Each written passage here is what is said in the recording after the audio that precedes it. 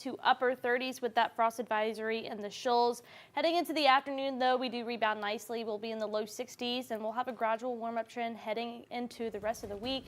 By Wednesday, we're back into the low 70s. I like where we're going there, at least for the highs of the week. Yeah, and then next week, we're just going to ignore it for now. That's right. We'll let that go. Thanks, Lady. Thanks for watching WAAY 31 News at 10. Stay right where you are. WAAY 31 Law Call is next.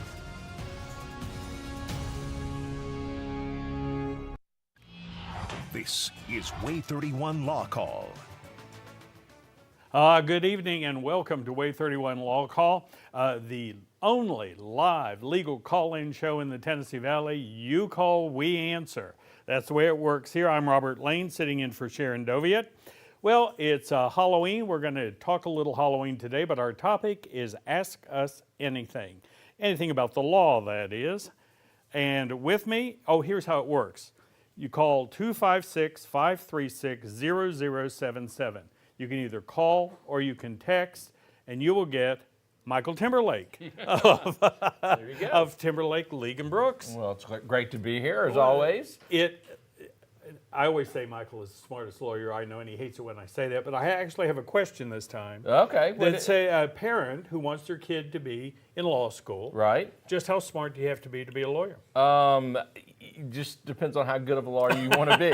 I'm not going to throw some people under the bus, but good grades in high school? Well, I think basically what you look at is if you're interested in law school, if you're somebody that is interested in, has the ability to communicate, either both verbally and written, and has the ability to think logically and reason, argue. I raised one of those. My other kid doesn't like to argue. I don't think he'd be a very good lawyer. But those are the kind of things that, in general, you look at when you in terms of lawyers. But there's all kinds of kids that go to law school that do all kinds of different things. So I think mainly, just focus on, making, good grades, writing, communication skills are very important. Now, we have, we're getting your phone calls in, you call, you have a comment on something about the law, we'll take all of that tonight. But we have some video to show, and you make the law call. Yeah, I always love these. I never watch them ahead of time. Well, here is the question for you. So, the neighbor called you over, okay, says, I got a bunch of pumpkins. Let's do some pumpkin chunkin' here. Yep. There's beer involved, I'm sure. And just watch, and...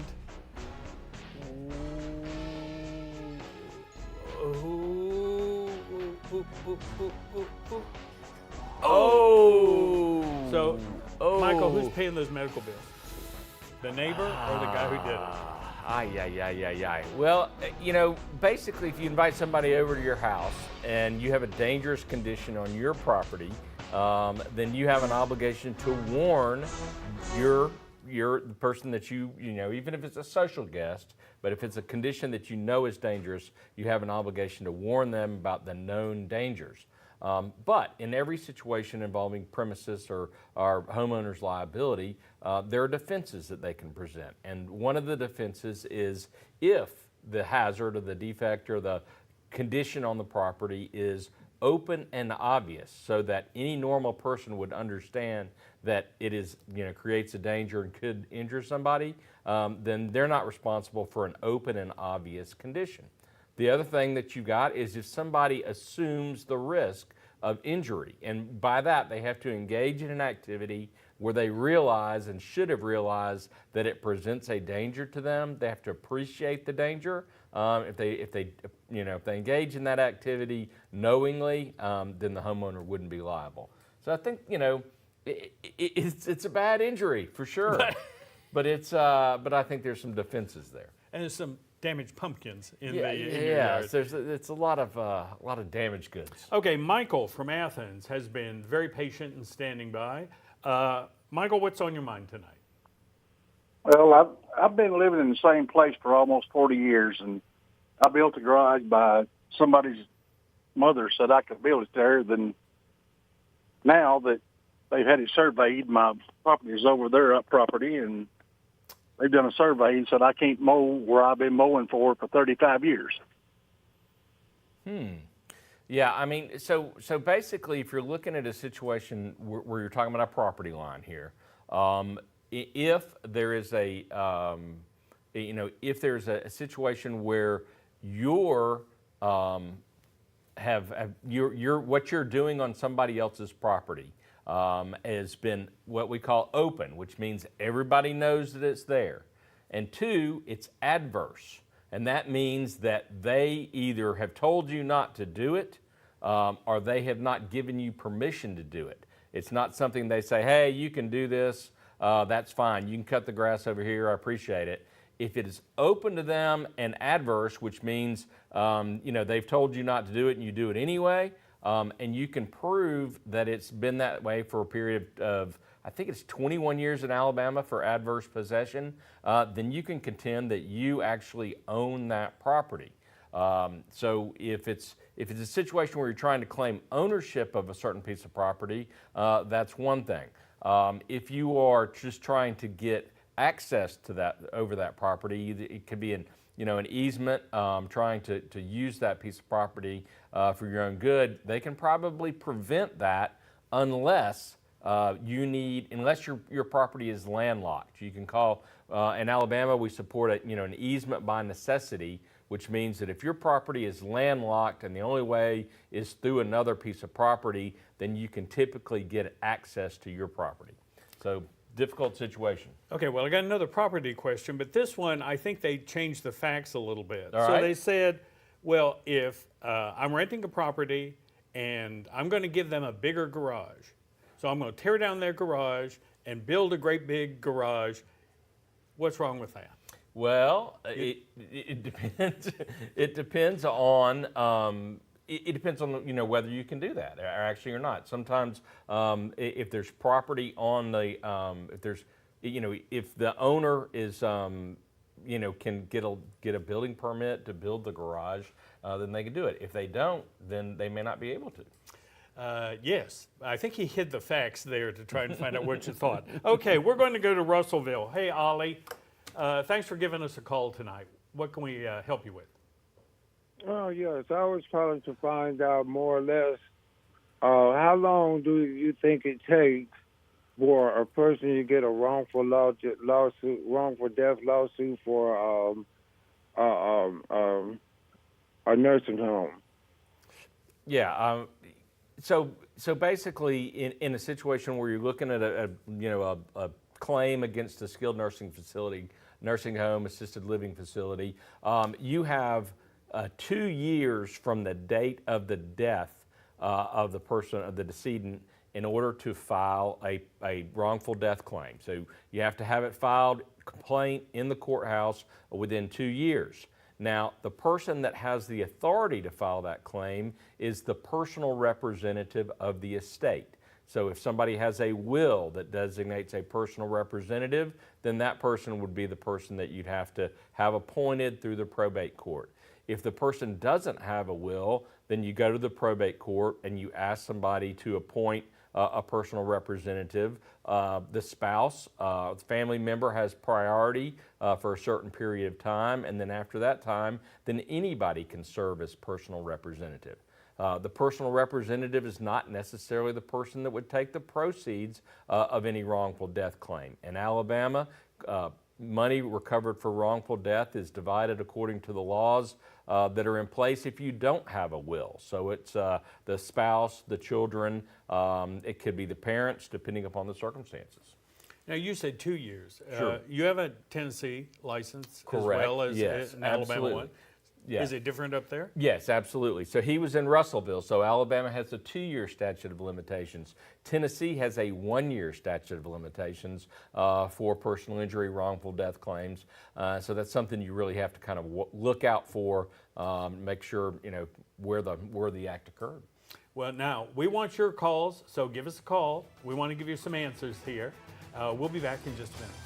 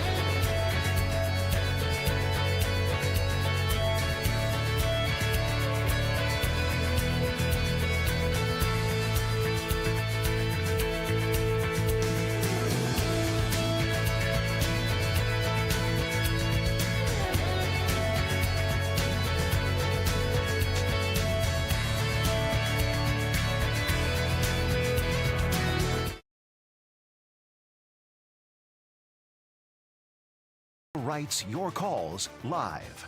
Presented by the Tennessee Valley's award-winning personal injury and wrongful death law firm, Timberlake, League and Brooks.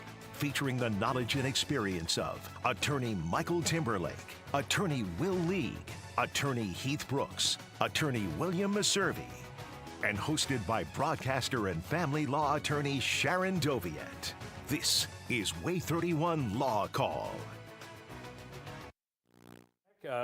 Give us a call. But you all have been doing some Halloween stuff around the office. Yeah, every year we tend to, in the spirit of the holiday, we tend to, have a little bit of a contest. Is that an ostrich? We think it's the emu from Liberty Mutual.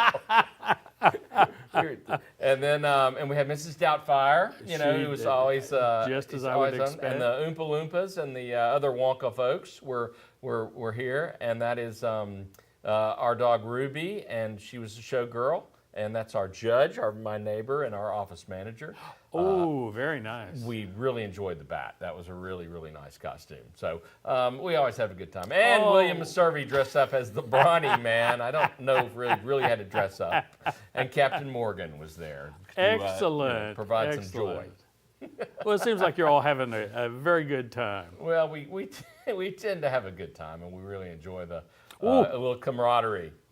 Yeah. Oh, and that was our judge.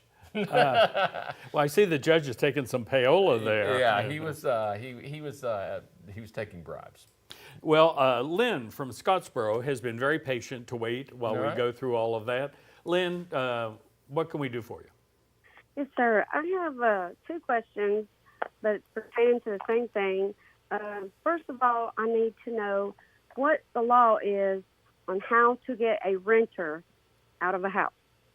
Ooh, how to get a renter out of a house. Basically, there's a Landlord-Tenant Act in Alabama, and it requires that you provide notice of eviction, and I think there's a 14-day period for that person to get out. Once you provided the notice of eviction, then you can go to the sheriff, and the sheriff will go to the door and then put something on the door saying, you have had to get out, and then I think they have another 14 days from that point. So it roughly takes about a month. But if you can go online, you can look at the Alabama Landlord-Tenant Act. There's, it's all over the place. So that's kind of the process that you have to do to evict somebody in Alabama.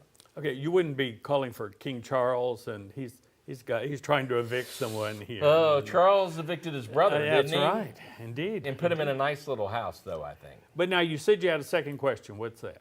Second question is, okay, without saying any names, what about the people's property, them not giving the people enough time to get their property out, like the children's stuff out? Like, they were there still getting the children's stuff out, made them leave, and the children did not get their furniture, their toys, is there not something that you can do about that? Well, there's a certain time that you have to allow somebody for eviction. And then, in terms of their belongings, I think that's the, they have an obligation to get that, their belongings out within that same time period. I'm trying to remember if there's some loophole there about they can't just set it on the curb. But, honestly, I don't know. But I think it's still, within those time periods, it would be not only the person, but the person's belongings would have to be off the premises. Well, Jerry from Newmarket is also on the line. Hey, Jerry, how's it going? Pretty good. What's on your mind? Yes, I was wondering about, I had laser surgery, and it kind of messed my eye up, and I can't see as good now as I could before. And I was wondering what could I have done to get my eyes straightened back up. Right. Well, so basically it's a claim under the, potential claim under the Alabama Medical Liability Act. This is a special act that protects doctors, nurses, hospitals in this situation where somebody has an injury as a result of medical care. You have to prove that the doctor did something that no reasonable doctor would do under the same circumstances, and you have to prove that that substandard care was the direct cause of the problem that you have. The jury in these cases is specifically instructed that simply because there was a bad outcome, because something happened that we didn't want to happen, or that your vision wasn't as good as they thought it was going to be, or could be worse than it was when you went in, the jury can't presume that the doctor did something wrong because of that. You have to have an expert come in and explain what the doctor did wrong. So the mere fact that you've got an injury in a medical situation doesn't mean that you have a claim against the doctor. You have to prove that the doctor did something, was at fault in some way. And if it is a known complication of a procedure, if it is something that can happen, known risk, known complication of a procedure, can happen when the doctor does everything they're supposed to do, then a lot of times there's no way to recover in that situation, even if you're injured. It's crazy. It is crazy. Mm-hmm. We've got an email question sort of back on the holiday theme, if you Right. don't mind. It says, I love Halloween. If you scared someone so bad that they ran away and ended up falling and hurting themselves somehow, could you be sued for that? I think that would probably just go into the things happen category. If you push somebody down, that's a battery or an assault. If you, I was talking to somebody the other day about a dog that got out and was unleashed and knocked somebody down in a garage, and we were like, well, the dog didn't bite anybody, but the dog was in a place it shouldn't have been, so that's a claim. Listen, we have a new law that's just going into effect here in November in Alabama, and it has to do with the age of a child and what they could do medically, right? Sure. Yeah, previously, a child that was 14 years old or older could make a decision about their medical care. They didn't need parental consent or parental guidance in order to make decisions about their own medical care. The legislature, in their infinite wisdom, decided that that's too young, and now they have increased it to the age of 16 years old. So children that are 16 years old or greater are going to be able to make their own decisions about their health care. Anybody below that is beholden to their parents or their guardians for consent to make those decisions. So for you to get medical records now, you've got to go, a 15-year-old, right? You would have to go to the parents, where you used to just go to the child. Yeah, what we used to have to, the thing that we did is when we sign a medical authorization form, anybody that was 14 years or older had to sign the form themselves if it was a child, not just the parent. Now it's going to be 16 years or older. Excellent. Well, I'm trying to see what else we got here. Well, anything going on with it? Let's see. Who's been talking to us? Also, you can watch us on the Facebook page for WAAY TV. Mm-hmm. So if you're having trouble getting us over the air, you can go to Facebook anywhere in the world. Yeah, we did not broadcast SEC games, but we do have Facebook Live. So if you want to watch the show and you're not able to because of the dispute going on, we have it on Facebook Live. It's also on. We also posted on WAAY's website on their news site after the show. So it's available to watch for people that they're unable to access it normally. Now, I didn't hear the person's name, but we've got a call from Hartselle. Andrew from Hartselle. Hey, Andrew. Hey. Hey, what's on your mind tonight? I'm trying to find out, does anybody else pay hurricane insurance that lives in Hartselle?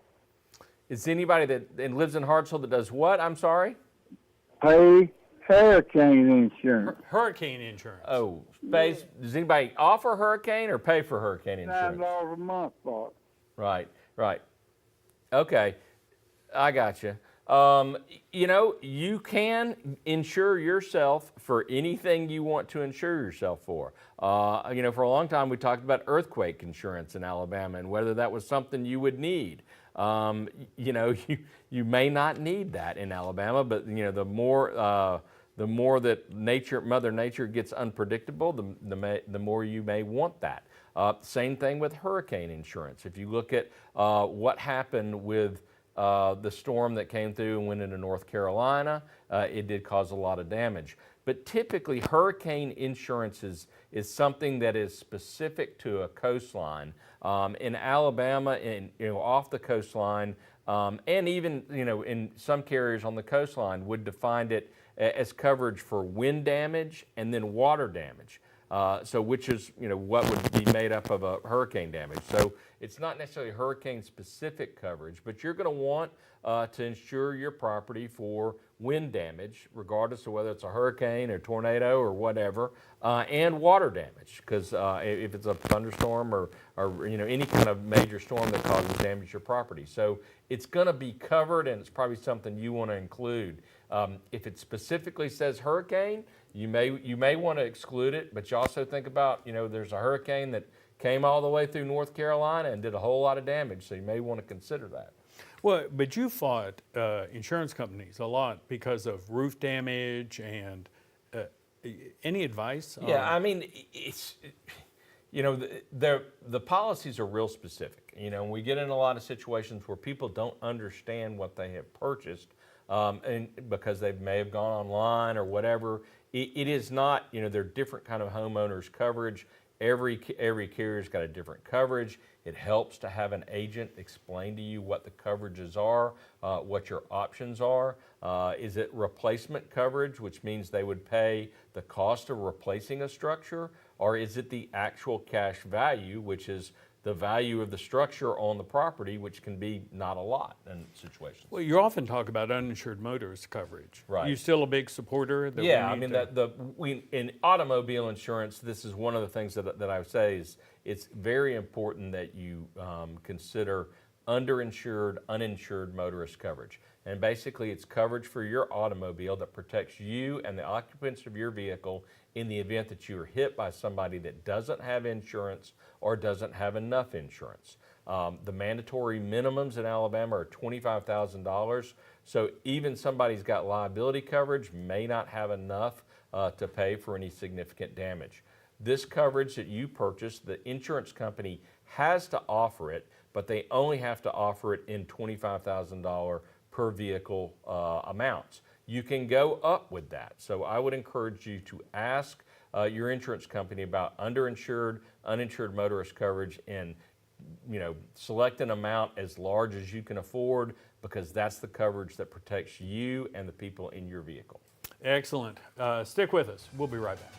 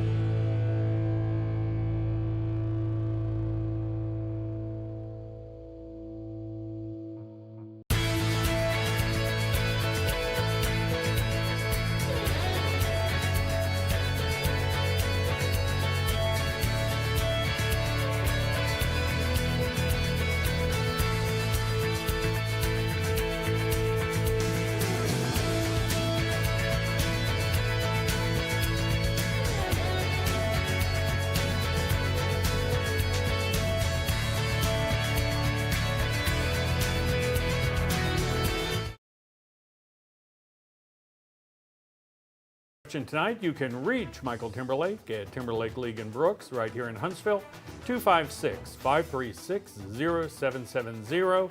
They also have an 800 number, or just catch them on the web at law-injury.com. And Sharon Doviet will be back next week, 256-539-7337. Sharon does family law in Huntsville, which is divorce, child custody, that kind of thing.